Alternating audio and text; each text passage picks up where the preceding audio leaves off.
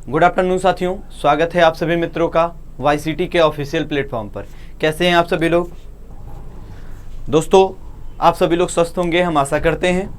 और दोस्तों, last class में हम लोगों ने नियोलिथिक एज के बारे में, नवपाषाण काल के बारे में एक चर्चा कर ली थी, वहाँ के कुछ स्थलों के बारे में, और उस काल की एक समग्रता से विशेषताओं के बारे में हमने आपसे चर्चा कर ली थी। और एग्जाम में जो 2-3 क्वेश्चन कई बार रिपीटेड मोड में पूछे गए हैं। एक का पूछा गया है कि नवीनतम जो चावल के उत्पादन के साक्ष्य कहाँ पर मिलते हैं, तो दोस्तों लहुरादेव हो गया था। जबकि यही पहले आंसर क्या होता था, मेहरगढ़ होता था, जो पाकिस्तान के बलूचिस्तान में स्थित है। और लहुरादेव की स्थिति क्या है, लोकेशन क्या है, संत कबीर नगर जिला उत्तर प्रदेश। ठीक है, तो इस तरीके की चीजें हमने डिटेल में कल की क्लास में चर्चा कर ली थी। आज की क्लास हम उसी के आगे स्टार्ट करते हैं।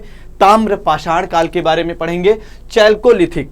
पहले मैं इसको चैल्कोलिथिक कहता था, लेकिन अब किताबों में जो नाम आता है वो इसका नाम लिख के आने लगा है कैल्कोलिथिक एज। क्या लिख के आने लगा है? Chalcolithic age. दोस्तों,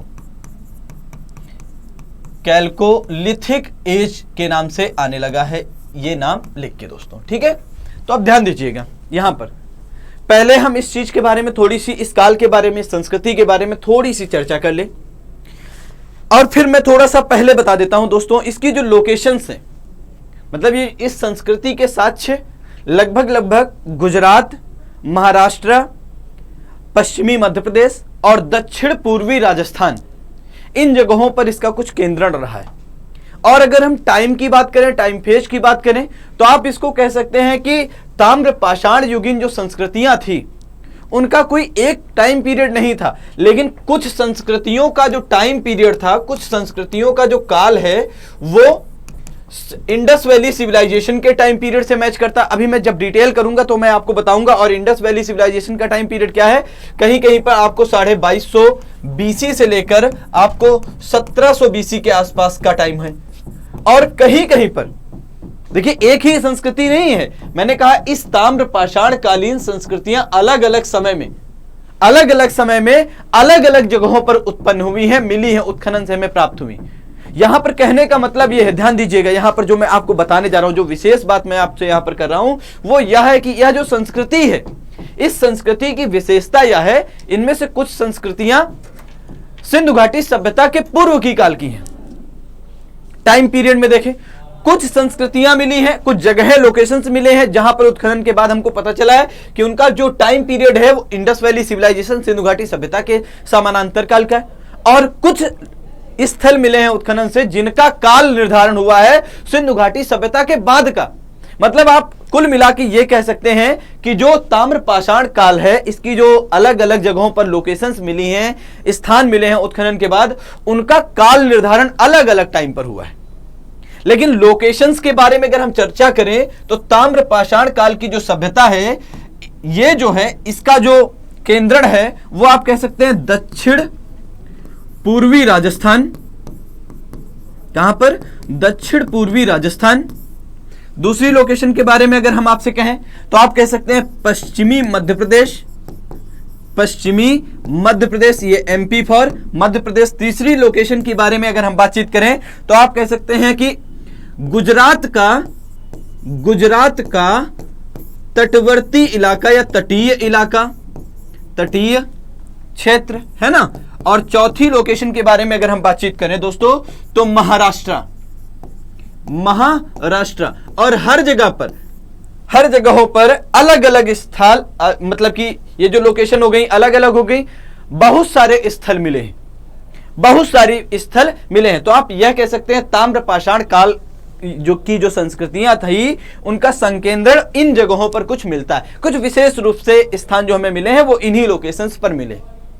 थोड़ा सा आगे के बारे में चर्चा करें तो देखिएगा दोस्तों, मैं एक चीज पर फोकस करके आपको चल रहा हूं कि पहले मैं आपको समग्रता से विशेषताएं बताता हूं कि ताम्रपाषाण काल की विशेषता क्या है। ताम्रपाषाण कालीन या ताम्रपाषाण काल की विशेषताएं। अब इसका मतलब देखिएगा क्या है, विशेषताएं। इसका मतलब जो मैं आपसे बता रहा हूं, इसका मतलब बस ये है, इतना सिंपल सा बात है कि इसका अर्थ यह है, इसका सिंपल सा अर्थ यह है कि मैं होलिस्टिक वे में, समग्रता के साथ, जैसे मैंने पहले नवपाषाण काल के बारे में एक समग्रता से उसकी विशेषताओं के बारे में चर्चा कर दिया, 4, 5 पॉइंट, 6 पॉइंट। उसी तरीके से यहां पर भी मैं कुछ पॉइंट्स के बारे में चर्चा कर दूंगा जो लगभग हर लोकेशन की जो ताम्र पाषाणकालीन है या कैल्कोलिथिक एज से संबंधित है उसकी विशेषता रहेगा। जिसमें से मैं पहली लोकेशंस के बारे, जो मैं पहली विशेषता कैरेक्टरिस्टिक्स के बारे में मैं आपको बताने जा रहा हूं वो यह है कि दोस्तों इस काल में सूक्ष्म पाषाण, फिर आप कह सकते हैं पाषाण या पत्थर। पाषाण का मतलब तो पत्थर होता है, मैं बता चुका हूं, ये आपको पता होगा। और सूक्ष्म पाषाण और इसके साथ साथ दोस्तों तांबे के, और क्या कह सकते हैं, तांबे के औजार या उपकरण। हम उपकरण लिखते हैं, आपको जो मन करे वो लिख लीजिएगा, औजार या उपकरण, ठीक है। सूक्ष्म पाषाण और तांबे के उपकरण प्राप्त हुए हैं। अब ध्यान दीजिएगा दोस्तों, यहां पर तांबे के उपकरण प्राप्त हुए, तांबे के। बाकी पाषाण तो पहले भी प्राप्त हो रहे थे हमको, पूरा पाषाण काल में, मध्य पाषाण काल में, नव पाषाण काल में, लेकिन तांबे के उपकरण के बारे में चर्चा नहीं की गई। लेकिन यह पहला काल था जिसमें हमको तांबे के, और केवल तांबे के उपकरण, मतलब प्योर तांबे के। कहने का मतलब यह है कि यहां पर तांबे के कारण इस जो कल्चर है ताम्र पाषाण युगीन, इसीलिए इसका नाम ताम्र पाषाण काल पड़ा है कि तांबा से निकले हैं ताम्र और पाषाण से पाषाण, तो संयुक्त रूप से इन उपकरणों का प्रयोग होता था, इसीलिए इस काल का नाम क्या पड़ गया है, ताम्र पाषाण काल पड़ गया, ताम्र पाषाण काल। और तो पहली विशेषता के बारे में मैंने आपसे बता दी। दूसरी विशेषता के बारे में जो मैं आपसे चर्चा कर रहा हूं, दूसरी विशेषता ध्यान दीजिएगा, दूसरी विशेषता इस काल की यह है कि भैया यह संस्कृति थी, यह संस्कृति पूर्णतः, आप कह सकते हैं पूर्णतः ग्रामीण थी। कैसी थी, पूर्णतः ग्रामीण थी, यह संस्कृति पूर्णतः ग्रामीण थी। और ग्रामीण इन द सेंस इसका एक अपवाद मिलता है, देखिए सब चीजें बता रहा हूं, सब चीजें, मतलब जो लोकेशंस आपको मध्य प्रदेश में, गुजरात में, महाराष्ट्र में, राजस्थान में मिली हैं, वहां से जब उत्खनन हुआ तो हमको पता चला है कि ये शहरी सभ्यताएं नहीं थी, ये कैसी सभ्यता थी, ये ग्रामीण सभ्यताएं थी। और ग्रामीण सभ्यता का यहां का एक अपवाद है, एक है जगह जिसका नाम दोस्तों मिलता है गिलुंद, जिसका नाम क्या मिलता है दोस्तों, गिलुंद मिलता है, ठीक है। तो गिलुंद जो जगह है दोस्तों, यहां से हमको इसका एक अपवाद प्राप्त होता है।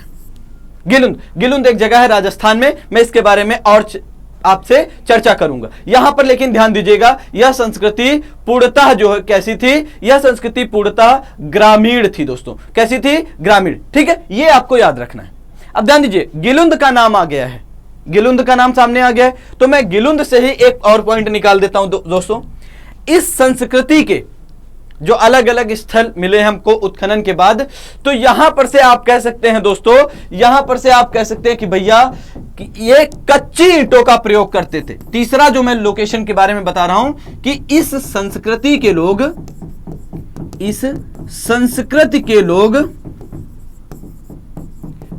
कच्ची ईंटों का प्रयोग करते थे, के लोग कच्ची ईंटों का प्रयोग करते थे। लेकिन इसका भी अपवाद गिलुंद है दोस्तों, करते थे। और इसका अपवाद क्या है, अपवाद है गिलुंद। देखिए मैं लिख दे रहा हूं, अपवाद है गिलुंद। गिलुंद राजस्थान में एक जगह है, देखिए शॉर्ट में राज लिख दे रहा हूं, RAJ, और ब्लैंक लगा दे रहा हूं, मतलब कि एक खाली पॉइंट रख दे रहा हूं, मतलब लोकेशन के बारे में। तो इस संस्कृति के लोग कच्ची ईंटों का प्रयोग करते थे। इसका अपवाद क्या है, गिलुंद। मतलब क्या है, गिलुंद में आप यह कह सकते हैं कि गिलुंद राजस्थान में पक्की ईंटों का प्रयोग किया जाता था। किसका, पक्की ईंटों का, या पक्की ईंटों के साक्ष्य प्राप्त हुए हैं, पक्की ईंटों के साक्ष्य प्राप्त हुए हैं। बताइए इसमें कोई कंफ्यूजन, इसमें कोई कंफ्यूजन, तीसरे पॉइंट में कोई कंफ्यूजन। चौथे पॉइंट पर चलते हैं दोस्तों। चौथा पॉइंट, इस संस्कृति की मैं समग्रता से विशेषताएं बता रहा हूं। चौथे पॉइंट पर जब मैं चलता हूं दोस्तों, तो मैं आपको बताता हूं दोस्तों, इससे पहले नवपाषाण काल में भी हम लोगों ने देखा कि मृदभांडों की प्राप्ति हुई है। लेकिन इस काल तक पहुंचते पहुंचते जो मृदभांड थे उन पर एक प्रकार से कलाओं का निर्माण किया जाने लगा, मतलब आप कह सकते हैं चित्रित मृदभांड प्राप्त हुए। तो हम कह सकते हैं कि इस संस्कृति से या इस सभ्यता या संस्कृति से, इस सभ्यता यानी कि ताम्र पाषाण कालीन सभ्यता या संस्कृति से हमें चित्रित मृदभांड, चित्रित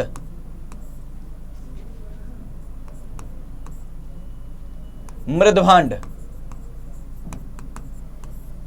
प्राप्त हुए हैं। कैसे मृदभांड? चित्रित मृदभांड प्राप्त हुए हैं। अब चित्रित मृदभांड प्राप्त हुए तो मैं यहां पर आपको एक और विशेषता बता देता हूं।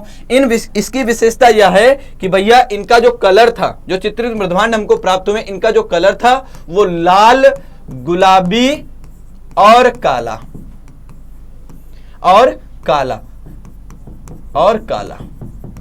ठीक है, लाल, गुलाबी और काला इनका कलर था, रंग था। रंग से क्वेश्चन बन सकता है दोस्तों, ध्यान दीजिएगा, रंग से क्वेश्चन बन सकता है। मतलब इनको पकाने के बाद इनका कलर लाल या गुलाबी हो जाता था और उसके ऊपर से क्या होता था, काले रंग का कलर करके चित्रकारी कर दी जाती थी। आप इसीलिए कहेंगे कि हम इस काल में से हमें जो मृदभांड प्राप्त हुए, ये पहली सभ्यता थी, संस्कृति, जहां से हमको चित्रित मृदभांड प्राप्त हुए। चित्रित मृदभांड तो हमको प्राप्त हुए हैं पहले भी, नवपाषाण काल में, मैं आपको बता चुका हूं, लेकिन चित्रित मृदभांड के बारे में जो मैं अभी बता रहा हूं वह ध्यान रखिएगा। इसके बाद हम कहते हैं, थोड़ा सा और आगे बढ़ते हैं दोस्तों, इस सभ्यता के लोग, इस सभ्यता के लोग,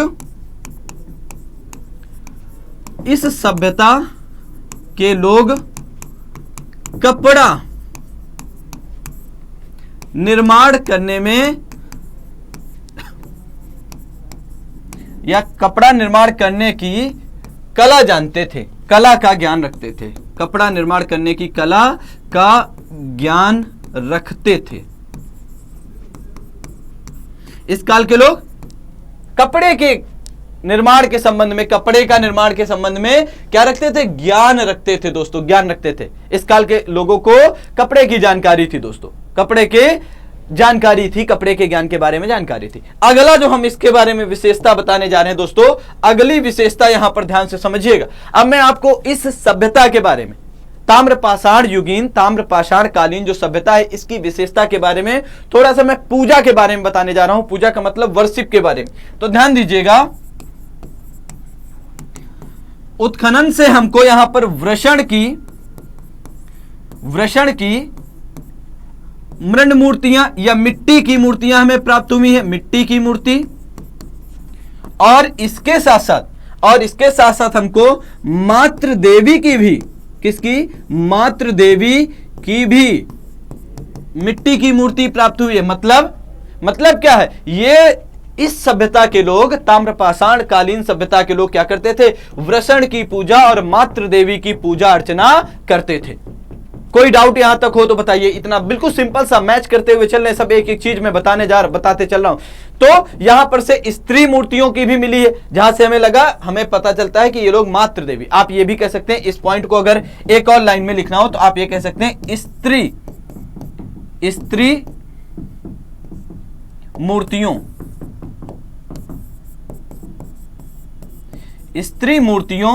से पता चला है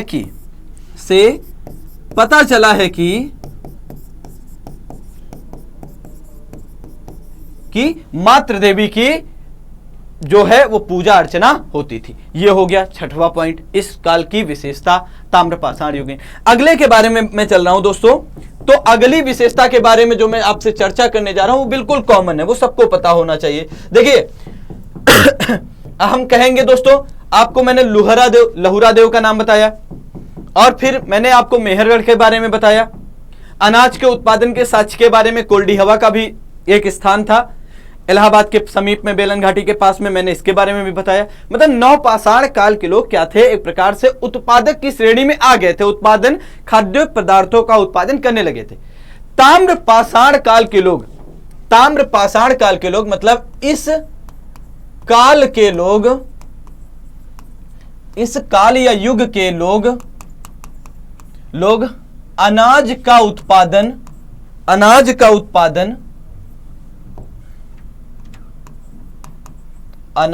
उत्पादन, ठीक है, अनाज का उत्पादन प्लस दोनों चीजें। इसके साथ साथ आप कहेंगे, हम कहेंगे दोस्तों पशुपालन, पशुपालन करते थे।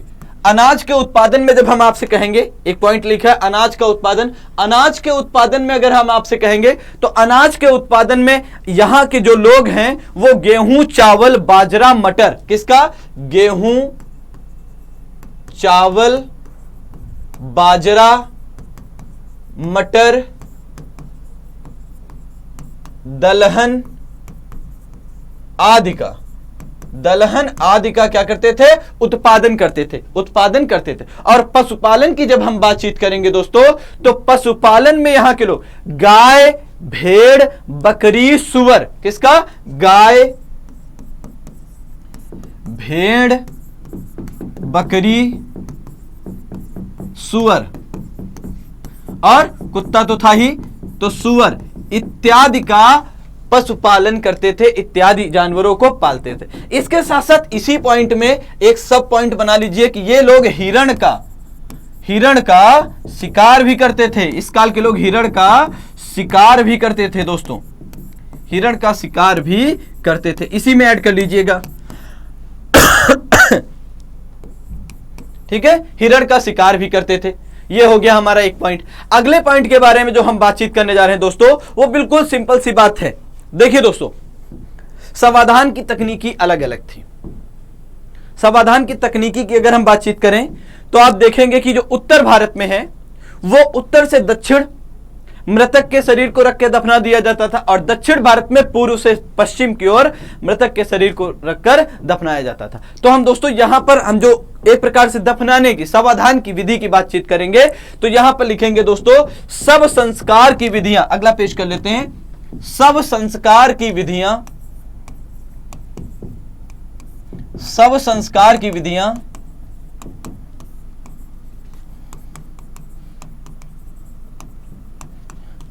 इस काल की संस्कृतियों में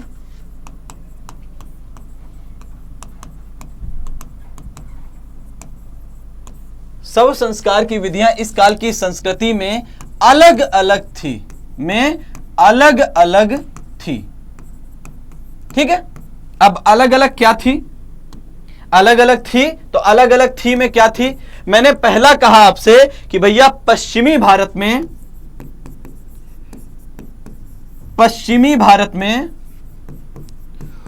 पूर्ण समाधान चल रहा था, पूर्ण समाधान चल रहा था, ठीक है। और इसके साथ साथ आप कहेंगे कि पूर्वी भारत में आंशिक समाधान चल रहा था, आंशिक समाधान चल रहा था, समाधान की विधियां प्रचलित थी। इसके साथ साथ एक और चीज मैं बताने जा रहा हूं, 2 पॉइंट और इसी में आप लोग हमारे साथ में ही नोट कर लीजिएगा। 2 पॉइंट जो मैं आपको बताने जा रहा हूं वो ये है कि महाराष्ट्र में मृतक को, कहां पर? महाराष्ट्र में मृतक को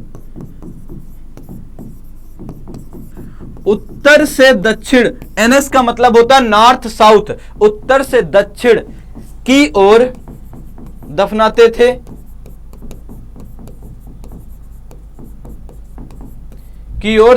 थे, और दूसरी जो मैं लोकेशंस के बारे में कह रहा हूं, दक्षिण भारत में मृतक को पूर्व से पश्चिम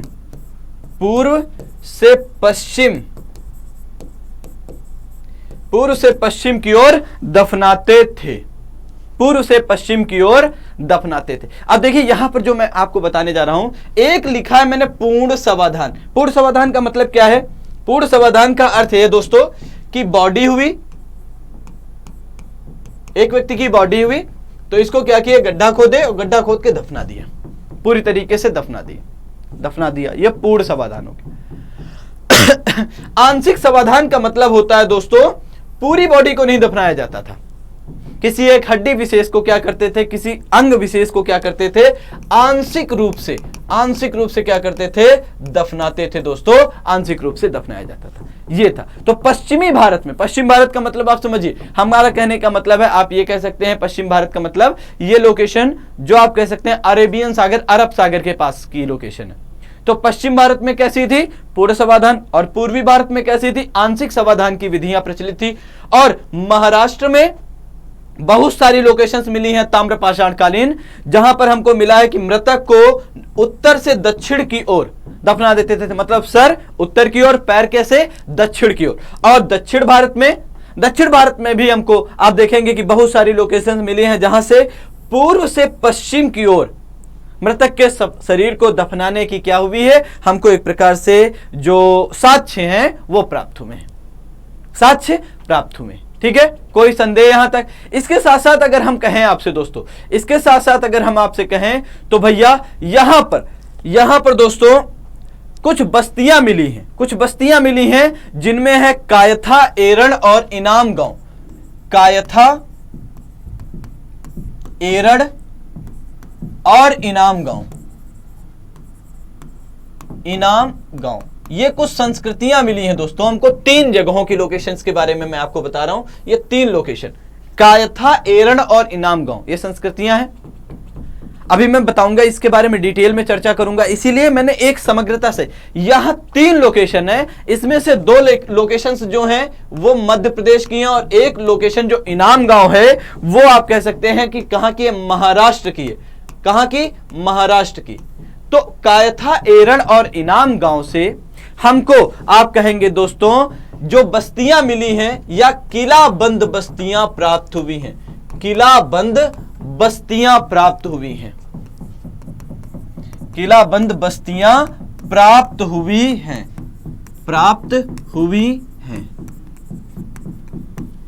ये देख लीजिए, बिल्कुल आसान सी भाषा में मैंने आपको बताने का प्रयास किया। तो ये मोस्ट इंपॉर्टेंट फैक्ट है कि ताम्रपाषाण युग की संस्कृतियों में कहां पर से किलेबंद बस्तियां प्राप्त हुई है। तो हमको कायथा, एरण और इनाम गांव से हमको ये मिली हैं दोस्तों। इसके साथ साथ मैं एक और पॉइंट बता देता हूं भैया, इस काल का लोग जो था, ताम्रपाषाण काल, पूरा ताम्रपाषाण की बात कर रहा हूं, इस काल के लोग लिखने की ज्ञान से या लिखने की कला से परिचित नहीं थे। आप ये कह सकते हैं इस काल के लोग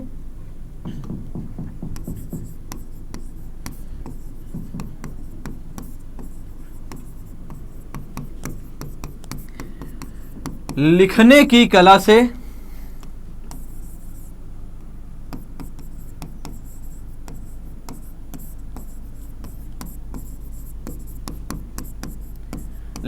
कला से परिचित नहीं थे।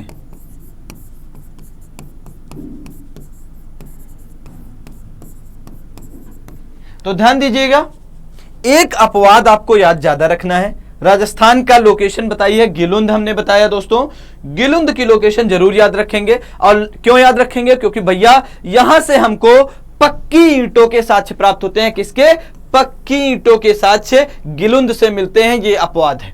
और गिलुंद लोकेशन कहां पर है, तो गिलुंद की लोकेशन है भैया राजस्थान, नीचे हमने लिख दिया है आपके राजस्थान है लोकेशन। ठीक है, कोई संदेह यहां तक, इतना अगर हो गया हो तो बताइए। अब मैं आपको ये जो ताम्रपाषाण काल है इसके बारे में मैं आपको एक और डिटेल करने जा रहा हूं दोस्तों। अब मैं आपको बताता हूं कि इसकी लोकेशंस कहां पर कौन कौन प्राप्त हुए। तो सबसे पहले मैं आपको जो बताने जा रहा हूं वो दक्षिण पूर्वी राजस्थान के बारे में, दक्षिण पूर्वी राजस्थान।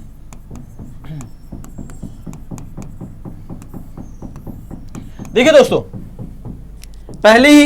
पहली स्टार्टिंग में ही मैंने बताया कि भैया ये जो ताम्रपाषाण युगीन सभ्यता है इसका जो संकेंद्रण था वो राजस्थान, मध्य प्रदेश, महाराष्ट्र और गुजरात के कुछ विशेष इलाकों तक था। ठीक है, जिसमें से दक्षिण पूर्वी राजस्थान में जब हमने यहाँ के विद्वानों ने, मतलब जो इतिहासकार हैं, उन्होंने उत्खनन किया है तो कुछ स्थल खोजे हैं, जिनमें से अहाड़, ये नाम है दोस्तों, अहाड़, बालाथल, आप कह सकते हैं, क्या कह सकते हैं, बालाथल,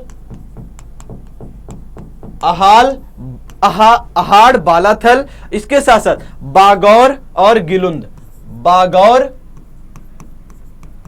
और गिलुंद। बागौर और गिलुंद हमको जगहें मिली हैं जो दिखाती हैं कि भैया हम ये मतलब कि ये संस्कृतियां कैसी थी, ये ताम्र पाषाण कालीन संस्कृतियां थी। इसके साथ साथ हम जब बात करते हैं दोस्तों पश्चिमी मध्य प्रदेश की,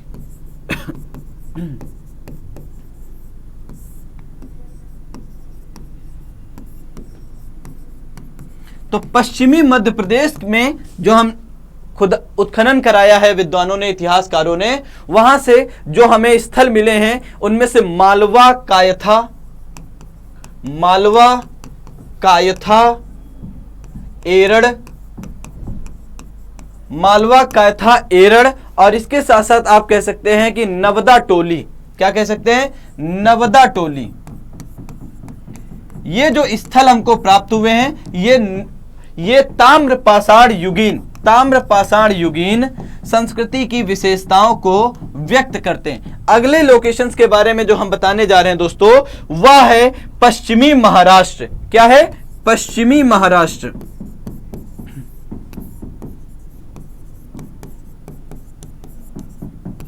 और पश्चिमी महाराष्ट्र में जो हम नाम लिखेंगे दोस्तों वो है जोरवे। एक लोकेशन है जहां से हमें ताम्र पाषाण युगीन संस्कृतियों के साक्ष्य मिले। जोरवे के साथ साथ आप कह सकते हैं नवासा, दैमाबाद। क्या कहेंगे? दैमाबाद। और क्या कहेंगे दोस्तों? इसके साथ साथ आप कहेंगे दोस्तों चंदौली, सोनगंज, चंदौली,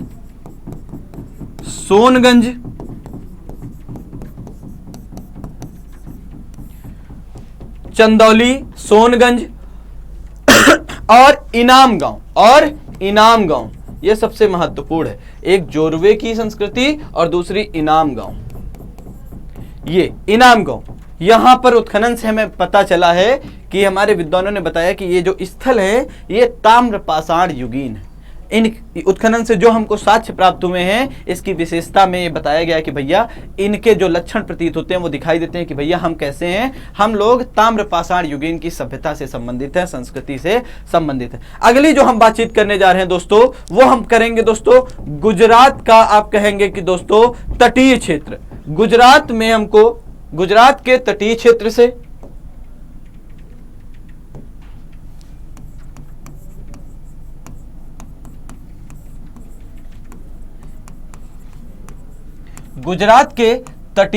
से हम लोगों को प्रभास संस्कृति की प्राप्ति हुई। प्रभास संस्कृति मिली है, यानी कि एक स्थल मिला है दोस्तों, और यह जो संस्कृति है यह ताम्र पाषाण काल की विशेषताओं को संदर्भित करती है। इसके साथ साथ गुजरात में ही आप कहेंगे कि तटीय क्षेत्र में ही एक रंगपुर संस्कृति भी प्राप्त हुई है, रंगपुर संस्कृति भी मिली है, और यह भी ताम्र पाषाण युगीन विशेषताओं को व्यक्त करने वाले स्थल हैं, संस्कृतियां हैं। ये मैंने थोड़ी सी बातचीत आपसे की कि भैया ये स्थल हमको प्राप्त हुए हैं, और देखेंगे इसके बारे में। ये जो स्थल हैं दक्षिण पूर्वी राजस्थान, पश्चिमी मध्य प्रदेश, पश्चिमी महाराष्ट्र और गुजरात, अब इसके बारे में हम डिटेल करने जा रहे हैं। डिटेल में एक एक संस्कृति के बारे में, एक एक कल्चर के बारे में हम पढ़ेंगे। अब देखिए हम पहले से स्टार्ट करते हैं दोस्तों कायथा संस्कृति। और कायथा कहां पर है? ये लोकेशन है दोस्तों कायथा के बारे में, जो कहां पर है? पश्चिमी मध्य प्रदेश में लोकेशन है। कायथा संस्कृति हमारा टाइटल होगा, आप हमारे साथ में करेंगे। तो यहां पर से हम पढ़ने जा रहे हैं कायथा संस्कृति के बारे में।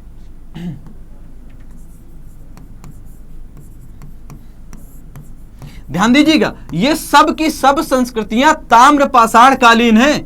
कंफ्यूज मत करिएगा कि भैया सर सब स्थानों के नाम के आगे संस्कृति लगा दिया, क्योंकि यही चीजें हैं। क्या हुआ कि जैसे कोई गांव मिला, अब ग्रामीण सभ्यता थी, पूर्णतः ग्रामीण सभ्यता थी, आपको पता है ग्रामीण सभ्यता थी। तो जो गांव उत्खनन के बाद मिला तो उनको क्या किया, इतिहासकारों ने इस स्थल का नाम संस्कृति के साथ जोड़ दिया। तो लोकेशन इसकी क्या है? अब आपको मैंने पहले ही बताई कि भैया ये इसकी लोकेशन है एमपी मध्य प्रदेश, और मध्य प्रदेश में विशेषकर पश्चिमी मध्य प्रदेश। कायथा संस्कृति का जो टाइम पीरियड है वो है 2400 बीसी से 1700 बीसी। अब ध्यान दीजिएगा, देखिएगा, अब हम टाइम पीरियड के साथ में विशेषता बताएंगे। यहां पर जो है, चलिए पहली चीज मैंने आपको बताई कायथा संस्कृति के बारे में। अब 2400 से 1700 बीसी के आसपास की है, मतलब क्या है, इसका मतलब यह है कि भैया पहली विशेषता इसकी होगी कि यह इंडस वैली सिविलाइजेशन, सिंधु घाटी सभ्यता की समकालीन सभ्यता थी।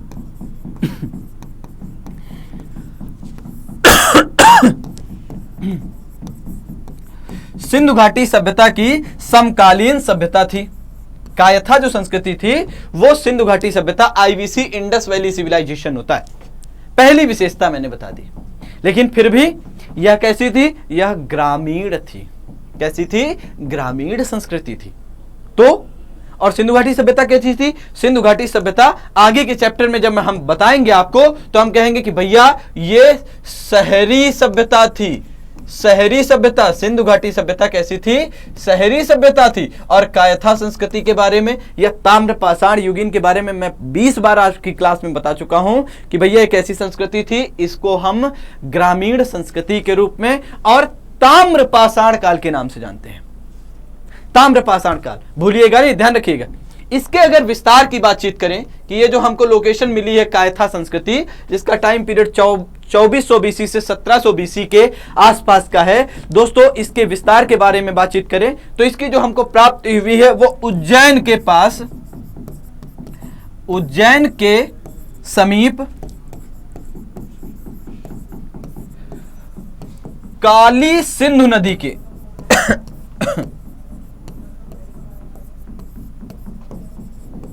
काली सिंधु नदी के समीप उज्जैन के समीप, उज्जैन के निकट काली सिंधु नदी के तट पर, यहां पर समीप उचित नहीं लगेगा, या तट पर या किनारे, ठीक है, हमको इस संस्कृति के अवशेष मिले हैं उत्खनन से। अब बताइए, लोकेशन चर्चा हो गई। लोकेशन के साथ साथ यहां पर एक चीज मैं और बताऊंगा, फैक्ट आप मत याद रखिएगा, इसके खोज जो है वो बीएस वाकड़कर साहब ने की थी। किसने की थी, बीएस वाकड़कर साहब ने इस संस्कृति की खोज की थी। बीएस वाकड़कर साहब, या यहां पर मैं हेडिंग ऐसे कर देता हूं, खोजकर्ता। तो खोजकर्ता कौन थे, कायथा संस्कृति के, कायथा संस्कृति के खोजकर्ता थे बीएस वाकड़कर साहब, जिन्होंने 1964 में 1964 में कायथा संस्कृति की खोज की थी। बस इतना आप अगर याद कर पाए तो बीएस वाकड़कर साहब और 1964 याद कर लीजिएगा। कहां पर है लोकेशन, तो उज्जैन के समीप काली सिंधु नदी प्रवाहित होती है, वहीं पर इसकी लोकेशन है कायथा संस्कृति की। ठीक, विशेषता के बारे में कुछ विशेष बातें हम बता देते हैं कायथा संस्कृति के बारे में। तो कायथा संस्कृति के बारे में जब हम विशेष बातें करते हैं तो भैया ध्यान दीजिएगा, कायथा प्राचीन ताम्रपाषाणिक संस्कृति, विशेषताएं हेडिंग कर देते हैं और विशेषताओं में अब एक एक करके मैं आपको बता देता हूं। मैंने कहा कि भैया जो कायथा है ये प्राचीनतम ताम्रपाषाण कालीन संस्कृति है। कायथा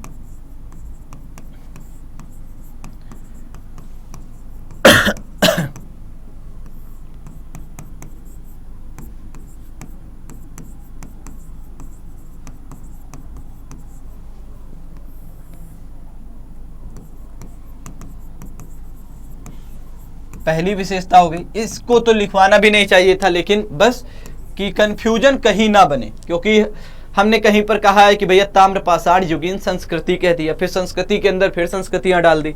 तो भैया ताम्रपाषाण युग के अंदर अलग अलग जगहों पर जो लोकेशन उत्खनन के बाद हमको मिली है उनको विद्वानों ने, इतिहासकारों ने संस्कृति के नाम से संबोधित कर दिया है। तो जिसमें कायथा के बारे में बताया कि भैया ये प्राचीनतम ताम्रपाषाण कालीन एक प्रकार से संस्कृति है जिसका टाइम पीरियड सैंधव काल के कालीन है। ठीक है, यहां पर से हमको अग्निकुंड से, अग्निकुंड के कायथा संस्कृति से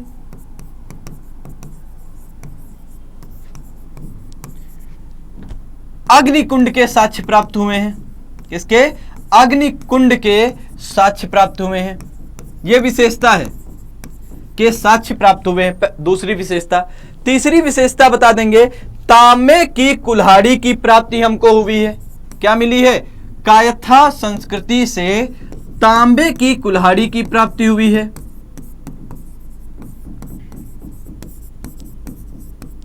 देखिए यहां के लोग किसी अन्य धातु से परिचित नहीं थे, केवल तांबा है।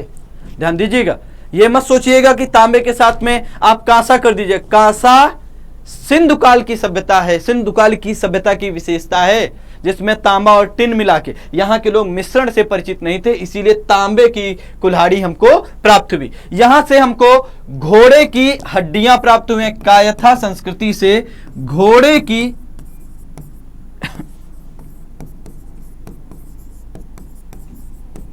हड्डियां प्राप्त हुई हैं। इसके साथ साथ हम कहेंगे कायथा संस्कृति किलाबंद संस्कृति थी, या किलाबंद थी, है ना, किलाबंद थी, चारों ओर से चार दीवारी से ये पैक्ड थी। अगली विशेषता हम कहेंगे कि भैया इस संस्कृति से हमको तांबे की चूड़ियां मिली हैं। कायथा संस्कृति से तांबे की चूड़ियों, तांबे की चूड़ियों की प्राप्ति हुई है, चूड़ियों की प्राप्ति हुई। इनकी संख्या के बारे में अगर हम बातचीत करें तो दोस्तों 28 या 29 मिलती है इनकी संख्या। ध्यान दीजिएगा, मैंने सर्कल कर दिया। इनकी नंबर्स कितनी मिलती है, तो इनकी संख्या मिलती है 28 या 29, 28 या 29। और इस संस्कृति में अनाज के अवशेष नहीं मिले। अब समझिएगा, इस संस्कृति में अनाज के अवशेष हमको प्राप्त नहीं हुए। तो आप अगर लिखना चाहें तो नोट करके NOTE करके लिख लीजिए, NOTE करके लिख लीजिएगा। कायथा संस्कृति से, कायथा संस्कृति से, कायथा संस्कृति से अनाज के साक्ष्य प्राप्त नहीं हुए हैं, अनाज के साक्ष्य प्राप्त नहीं हुए। ठीक है, ये होगी कायथा संस्कृति के बारे में हमने आपको चर्चा दे दी। आगे की चर्चा जो हम करेंगे वो ध्यान दीजिएगा, आहार संस्कृति के बारे में हम अब आपसे चर्चा करेंगे। किसके बारे में? आहार संस्कृति के बारे में।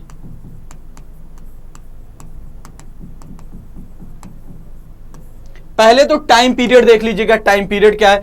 आहार संस्कृति का जो टाइम पीरियड है वो 2000 BC से आप कहेंगे कि लगभग 1500 BC के आसपास का टाइम है। कितना? 1500 BC। 2000 है ये, 200 नहीं है, 2000 BC से 1500 BC। लोकेशंस के बारे में पहली चर्चा जो हम लोग करते हैं वो कहते हैं राजस्थान। बताया है दक्षिण पूर्वी राजस्थान में हमको ताम्रपाषाण कालीन संस्कृति की प्राप्ति हुई है, कई स्थल मिले हैं। तो आहार संस्कृति, ध्यान दीजिएगा, आहार संस्कृति। तो आहार संस्कृति जो हमको मिली है वो कहां पर मिली है? वो हम कहेंगे कि भैया हमको राजस्थान में मिली। राजस्थान में एक विशेष जगह है भैया, उदयपुर के पास में, उदयपुर के पास आहार नदी के तट पर, आहार नदी के तट पर। अब देखिए पीछे वाला जो मैंने अभी संस्कृति चर्चा की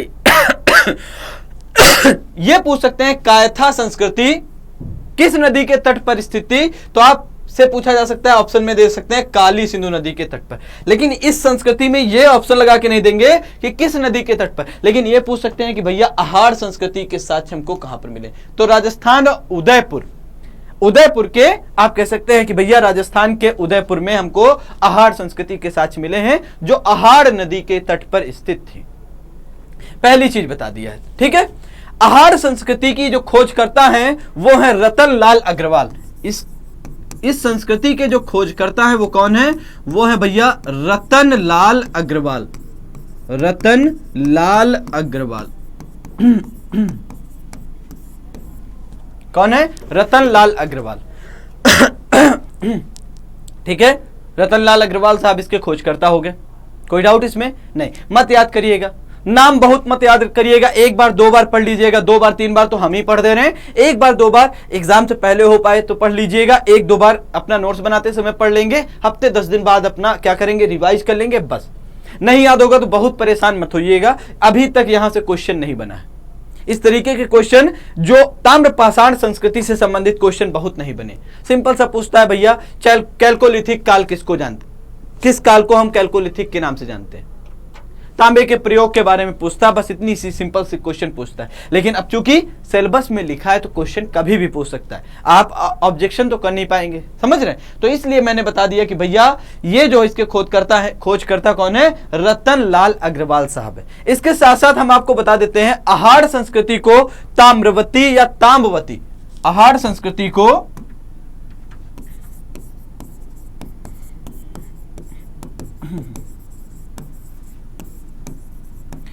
ताम्रवती, देखिए ताम्रवती, ताम्र क्यों, तांबा, ताम्र का अर्थ मैंने बताया, ताम्र का अर्थ क्या बताया, तांबा, ताम्रवती या ताम्बवती या ताम्बवती के नाम से जाना जाता है, के नाम से जाना जाता है, से जाना जाता है। यहां पर भी कोई डाउट नहीं होना चाहिए। आप देखेंगे कि तांबे के बहुत सारे हमको उपकरण जो मिले हैं वो यहां से प्राप्त हुए, और आसपास के क्षेत्र में आप देखेंगे कि भैया प्रचुर मात्रा में तांबा मिला यहां से हमको, कहां से, आहार संस्कृति से। या आप कहेंगे कि भैया ये जो ताम्रवती नाम या ताम्बवती रखा गया है ये इसलिए रखा गया क्योंकि तांबा प्रचुर मात्रा में मिला है, तांबा प्रचुर मात्रा में मिलने के कारण, प्रचुर मात्रा में मिलने के कारण, मिलने के कारण। कोई डाउट यहां तक बताइए। ताम्रवती क्यों, क्योंकि प्रचुर मात्रा में क्या मिला है, तांबा। तो ये कहां की विशेषता है, आहार संस्कृति की। इसके बाद कुछ और विशेषताओं के बारे में बातचीत करें तो यहां से हमको भैया काले एवं लाल मृदभांड प्राप्त हुए। कैसे, काले एवं लाल मृदभांड, जो मैंने स्टार्टिंग से ही बता दिया था, काले एवं लाल मृदभांड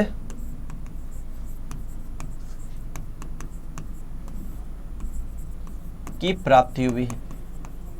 काले एवं लाल मृदभांड की हमको इस स्थल से, आहार संस्कृति से प्राप्ति हुई है। इसके साथ साथ आप कहेंगे कि भैया यहां से यूनानी ताम्र मुद्राएं भी मिली हैं। आहार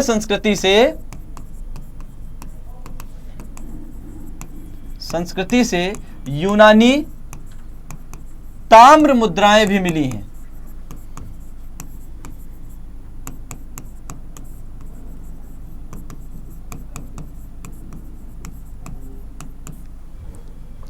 तो मतलब क्या है, आप इनडायरेक्टली, अभी हम पुष्टि नहीं कर रहे, देखिए हम वैलिड एक स्टेटमेंट नहीं दे रहे, लेकिन अंदाजा लगा के कह सकते हैं कि दोस्तों अगर यूनानी ताम्र मुद्राएं हमको मिली हैं तो मतलब ये एक प्रकार से इंडिकेशन है कि शायद हम इस संस्कृति के लोगों का जो ट्रेड है या यूनान के लोग यहां पर आते होंगे, किसी भी कारण से आ सकते हैं, व्यापार ही मेन कारण होता था उस काल में। तो मैं देखिए पब्लिक डोमेन में नहीं, बस आप लोगों से एक, ये एग्जाम में नहीं बनेगा, डिस्प्यूटिंग क्वेश्चन हो जाएगा। तो आप यह कह सकते हैं कि यूनानी ताम्र मुद्रा जो हमको मिली है आहार संस्कृति से, वो इस कारण से मिली है क्योंकि यहां हो सकता है यूनान के साथ में हमारा क्या चल रहा हो, व्यापार चल रहा हो, ट्रेड ऑफ हो रहा हो। इसके साथ साथ आप यह कह सकते हैं भैया यहां से फलक वाले औजार भी मिले हैं। तो आहार संस्कृति से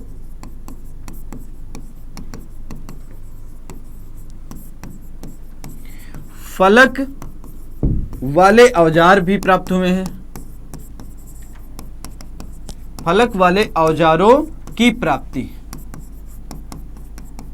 ठीक है, अगला स्टेटमेंट जो हम, अगला विशेषता बताने जा रहा हूं वो कहेंगे भैया यहां से कच्ची ईंटों के घर मिले हैं, कच्ची ईंटों के घर मिले हैं, घर प्राप्त हुए हैं। कहां से, आहार संस्कृति से। ठीक है, गिलुंद में हमको पक्की ईंटें मिली हैं तो मतलब हो सकता है वहां के लोग पक्की ईंटों का प्रयोग करते हैं। और इसके साथ साथ आप यह कह सकते हैं दोस्तों पशुपालन के भी साक्ष्य हमको मिले, पशुपालन के साक्ष्य मिले हैं, साक्ष्य प्राप्त हुए हैं।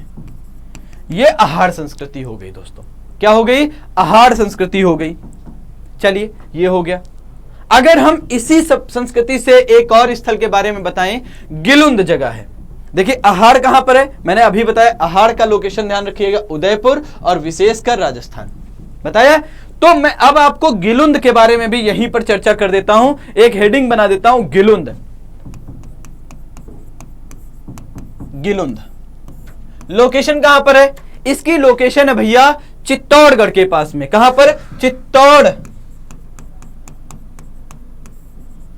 चित्तौड़ जिले के पास में, ठीक है, चित्तौड़ जिले में। और चित्तौड़ कहां पर है? अब आपको पता है भैया, बहुत डिटेल में जाने की आवश्यकता यहां पर नहीं है। आप यह कहेंगे कि सर ये राजस्थान में लोकेटेड है। कहां पर? राजस्थान में लोकेटेड है, ठीक है। इसके खोजकर्ता कौन है? जरूर याद रखिएगा क्योंकि अपवाद है। इसके खोजकर्ता हैं बीबी लाल। कौन है? खोजकर्ता हैं बी लाल साहब। तो देखेंगे गिलुंद जो स्थल है, जो ताम्रपाषाण कालीन है, इसके खोजकर्ता कौन है? इसकी खोज करने का श्रेय जाता है बीबी लाल साहब को। इसके साथ साथ हम यहां पर अगर विशेषताओं की बातचीत करें तो गिलुंद से हमको क्या प्राप्त हुआ है? गिलुंद से हमको पक्की ईंटों के साक्ष्य,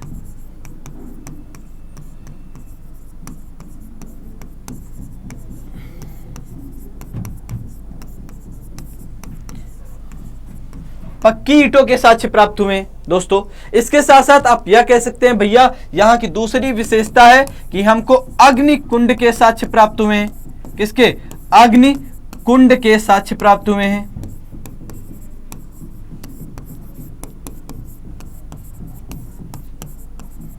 अग्निकुंड के साक्ष्य प्राप्त हुए। इसके साथ साथ आप यह कह सकते हैं कि भैया एकमात्र स्थल जहां